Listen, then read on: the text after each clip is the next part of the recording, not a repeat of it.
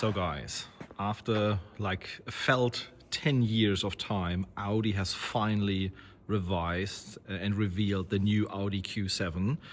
This is the new model, the all new model. I mean, you know that the recent Q7 and also Q8, of course, were very popular cars, and the Q7 had, I think, 2 or 3 facelifts, and now we finally got a fully new version. And I really like that this car, on one hand, of course, has a freshed up design compared to what we knew before. By the way, this is an S-Line version, and I've lowered the suspension, that it's sitting lower to the ground. But on the other hand, also, I would say it has a very boxy and classic shape in the end. Very, let's say, steep front end, and also on the rear, compared to some of the, let's say, previous models where they had more avant shape, this looks very, let's say, clean and boxy. And overall, I would say the design of the car is not as shouty as some other, let's say, manufacturers are currently doing their cars. It seems to be even, it seems small on picture once you look at it, but don't mistake this, because it's a 5-meter car, 3-meter wheelbase, so definitely has enhanced size compared to the Q7 and Q8 that you know today. But overall, a very clean and good-looking car.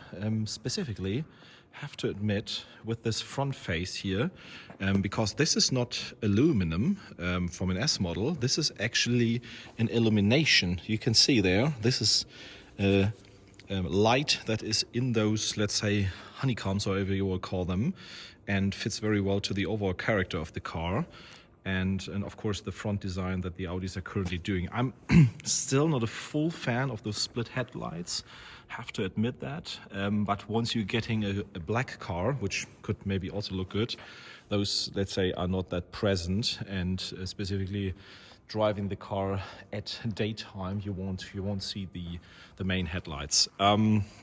Yeah, we will take a look at the interior, of course, in just a second, but I think the overall scheme of the car is traditional Audi qualities are coming back. So first of all, I would say an almost timeless and boxy design.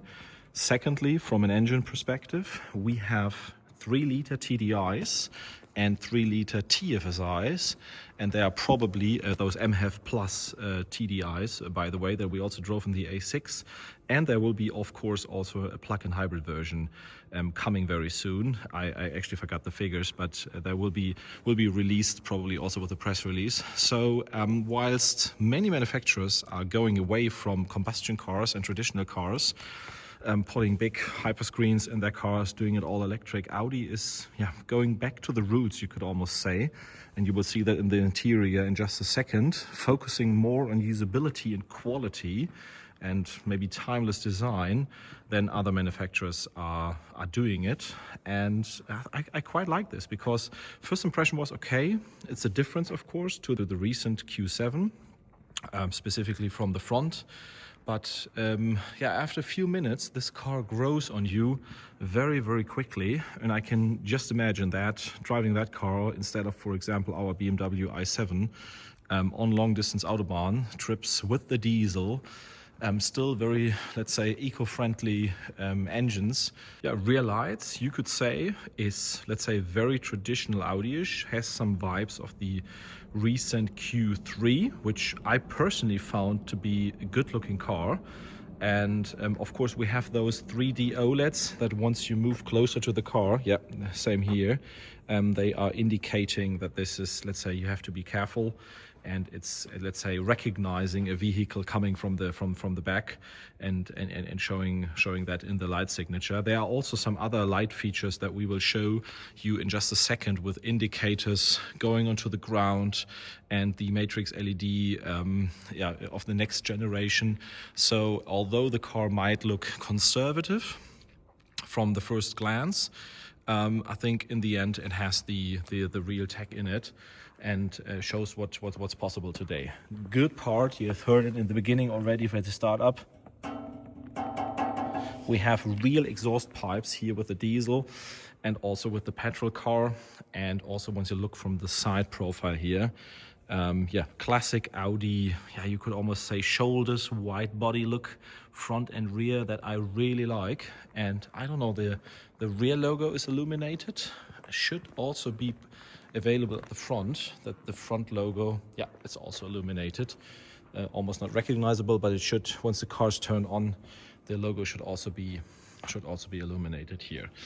Yeah, so let's take a quick look inside, where quality comes into the game. Wow, honestly, first view into the car, once you open the door, I mean, you could almost say it's a regular Audi, or it's boring, you could almost say, because there's, as said in the beginning, no hyperscreen in it, although of course big screens, passenger displays in there as well, but everything seems to be nicely integrated, and the materials that they are using, there seems to be a lot more focus on material quality and usability and finish. I mean, with this matte wood here, and we have cloth here, the speakers are integrated in this one, we have the Bang & Olufsen system right here, and also something very nice, all those knobs are back, and we're not looking at this, let's say, high gloss panel that we know from the A6 and also the A5, but the light switches have been moved back here, and not, let's say, in this high gloss panel, and everything is organized like in the more or less in the old Q7, you could say. So what worked fine in the past also works fine here, and that's a very, very nice thing. I also love the bright interior with those new seats where we have integrated headrests, and of course, oh, you can see that a panoramic sunroof with nice elements there, integrated headrest, also with the speakers, the Bang & Olufsen speakers in there, illumination that you can of course change, the matte wood in the center console. So let's move in, take a closer look at that. The matte wood has come, and all the high gloss parts are gone. I mean, we have only this high gloss part still in here, and right in front of there, very cool thing, inductive charging with MagSafe. So you can click your iPhone on this with a MagSafe case, and it's not flying around and charging at the same time. That's cool.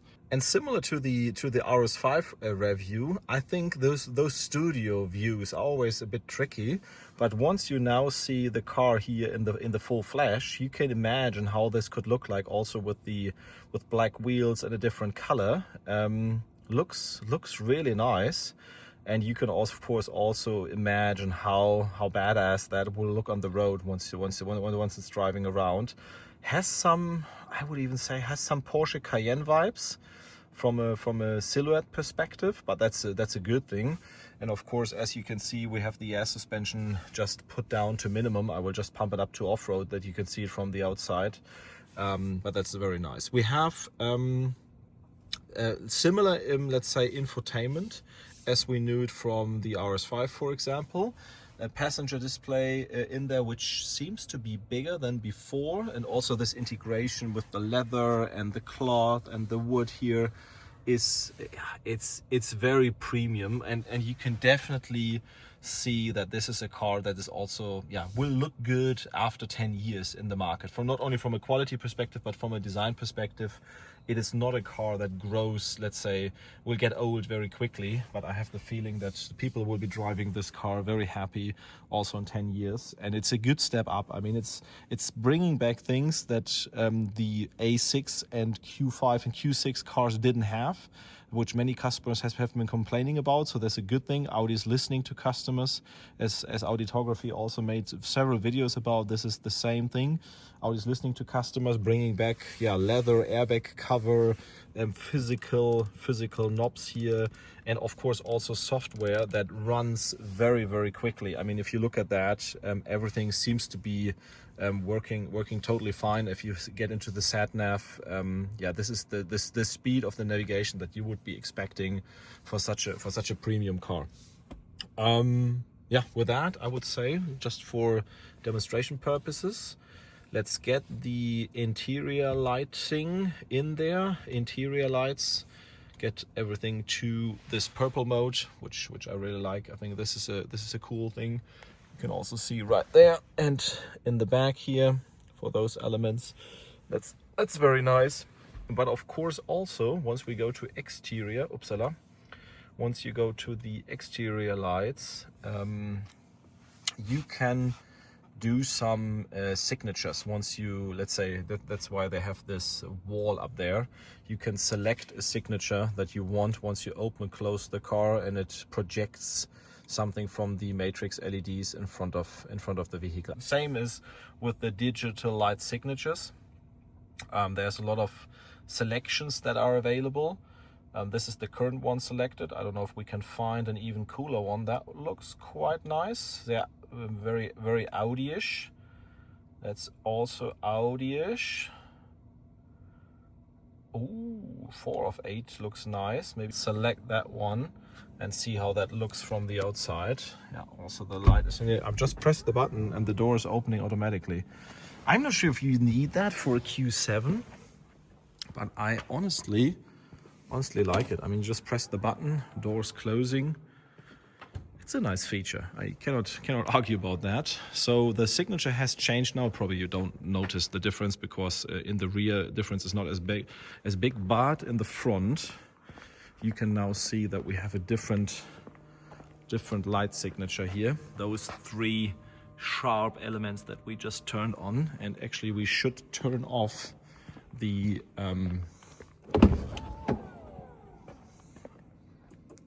main light.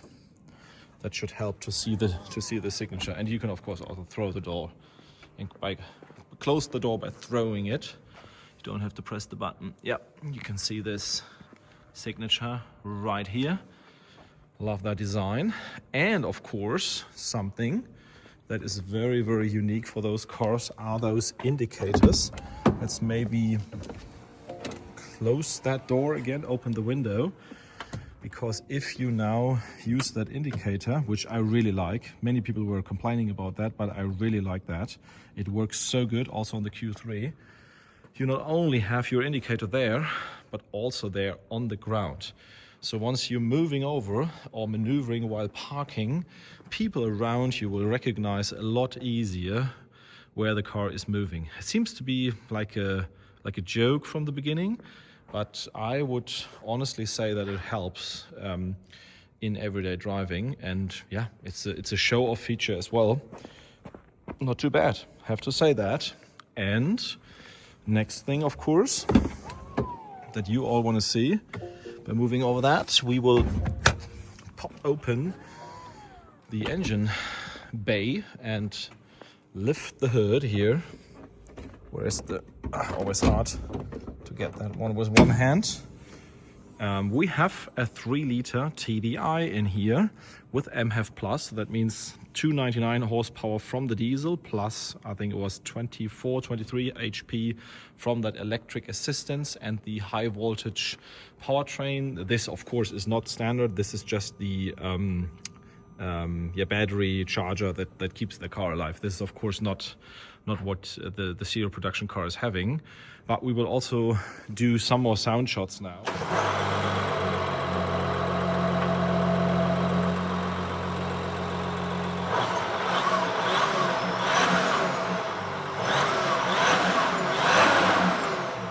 Because you've heard it already in the beginning, it's always nice to see and hear such a big SUV with a diesel engine. Because although, of course, electric cars start to be able to pull more and more with their hitch, let's say pulling availability of 2.4 tons or whatever, 2.5 tons. I mean, we have 3.5 tons here, 3-liter TDI, long distance, low fuel consumption. You can tow a Traco or whatever, or a tractor on a trailer here with this one, or a boat. This is of course something different than an electric car, and you will have a big range. So I still believe there will be a great use case for the petrol version, the hybrid version, or even the diesel version here. And I think whilst every other manufacturer is going to a fully electric cars, it's nice that Audi stays with this traditional concept that of course has now applies for the newest infotainment standards, the new driving assistance standards, and of course also the newest design elements that you would expect from a new car. So just one comment, I just talked about the engines. In Europe, actually, there will only be the version 3-liter TDI with either 300 horsepower or 280 145 horsepower. So petrol V6 is not available yet, and a hybrid version, yeah, might come in the future. I have no information about that, but it's just a guess that this platform, of course, will also be able to get a hybrid version in the future. But as of today, this is more or less, let's say, the classic diesel version for Europe, and other markets and engines will be released very soon, I guess. So with those further ref shots and engine listening, of course, sometimes funny to hear a diesel engine again in those days, but it's still there, and I think it works quite fine in real life. I mean, we've driven the A6 with that engine, and I really loved it. So I'm truly looking forward to drive this car with a diesel engine as well. I'm really looking forward to your comments, because of course, I'm looking forward to your thoughts if you have expected this car or if you have expected something different. There will be also more Q models coming from Audi. Probably there's already an even larger version. Q9 has been, let's say, teased, and we also did some videos of that car. But stay tuned until July to really release that footage of the new Q9. And yeah, really looking forward to the discussion and your thoughts on the video.